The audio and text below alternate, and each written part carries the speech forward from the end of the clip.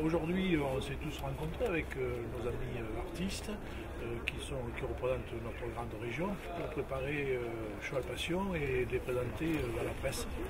Alors là-dessus, bien sûr, moi à mon niveau, je suis responsable avec mon fils de tout ce qui est la chorégraphie du spectacle et notre ami Denis est aujourd'hui le leader par rapport au numéro avec ses deux filles qui va participer au spectacle des Crinières d'Or. Je suis le papa d'Isaura et Isabelle Marquez qui vont faire le numéro de Doma Vaquer, pas de deux, à Cheval Passion pour les Crinières d'Or. Donc voilà, nous sommes là pour nous entendre, nous préparer ce numéro avec Maurice là, qui connaît l'habitude, qui nous conseille pour nous dire comment on va faire ça.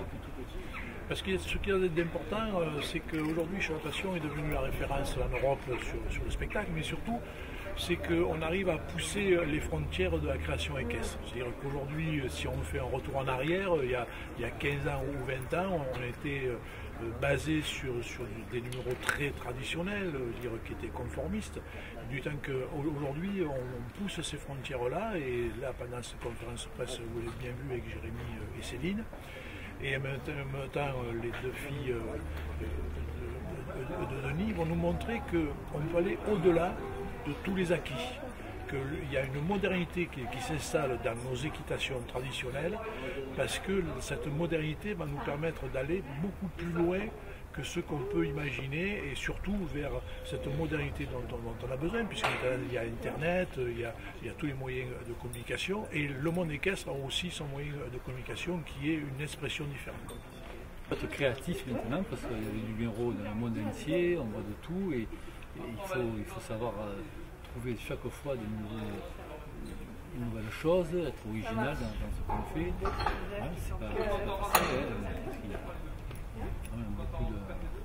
Mais Cheval Passion est une création, mais si vous regardez l'ensemble du marché, par exemple aujourd'hui, il y a quelqu'un qui était aux Crinières d'Or l'année dernière, qui est au Koweït. Pourquoi le Koweït? Parce qu'aujourd'hui ils ont besoin de cette expression dans laquelle s'est installé le Grand Sud, parce que le Grand Sud est le réservoir de la création équestre.